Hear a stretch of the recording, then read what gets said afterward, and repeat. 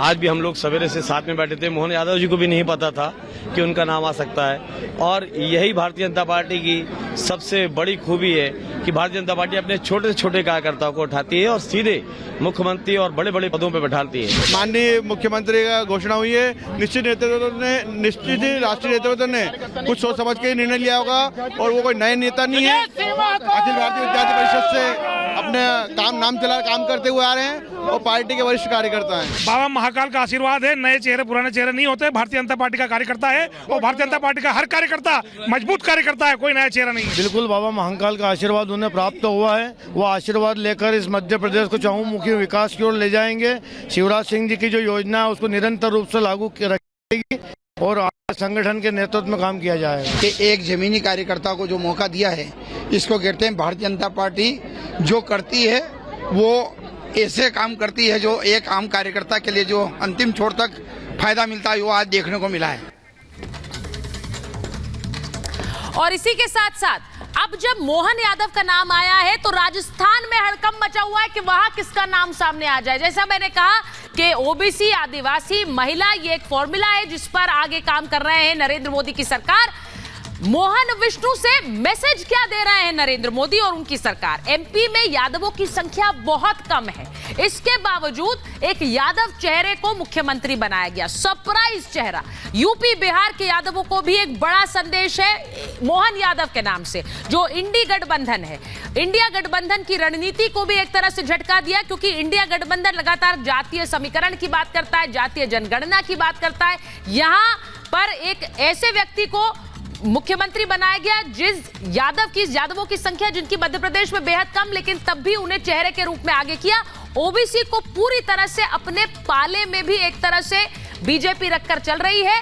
यह भी इसलिए जरूरी क्योंकि ओबीसी वोटर बीजेपी के लिए एक बड़ा कोर वोटर ग्रुप रहा है। अब 2024 के लिहाज से क्या ये बड़ा फैक्टर बनेगा और विपक्ष के मंसूबों के लिए एक झटका होगा? छत्तीसगढ़ में आदिवासी, एमपी में ओबीसी, अब बड़ा सस्पेंस राजस्थान को लेकर है।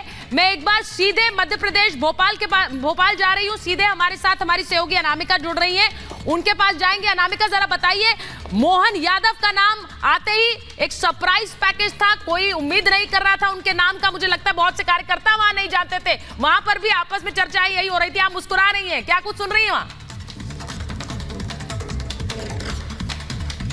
और देखिए, जिस तरीके से आप कह रहे कि एक बड़ा सरप्राइज था यहाँ पे कार्यकर्ताओं के लिए भी, उससे बड़ा सरप्राइज था जो दफ्तर के बाहर खड़े होकर के नारेबाजी कर रहे थे। कोई कैलाश विजयवर्गीय के लिए, कोई तोमर साहब के लिए, कोई शिवराज चौहान के लिए, सबके लिए नारेबाजी हो रही थी, बस सिवाय मोहन यादव को छोड़कर। और शायद यही वजह है कि यहाँ पे जो कार्यकर्ताओं से बात करने की कोशिश करती हूँ मैं।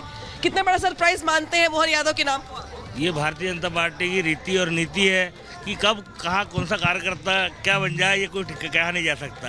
ये एकदम नया नाम उभर के आया है। ये मोहन भागवत, जिसका कोई कल तक नाम नहीं था। मेरे नरेंद्र सिंह तोमर चल रहे थे, प्रहलाद पटेल जी चल रहे थे, और भी 2-3 लोगों का नाम थे। मामा भी थे साथ लाइन में, परंतु पता नहीं अचानक मामा और बाकी तमाम बड़े बड़े चेहरे वो तो रेस में बहुत पीछे हो गए। मोहन यादव नया चेहरा, नया नाम एमपी के लिए। ये हमारे लिए भी अचीवमेंट रहा, क्योंकि हम उज्जैन से ही हैं, और हमारे लिए बहुत खुशी की बात है कि शीर्ष नेतृत्व ने मालवा को प्रतिनिधित्व दिया है।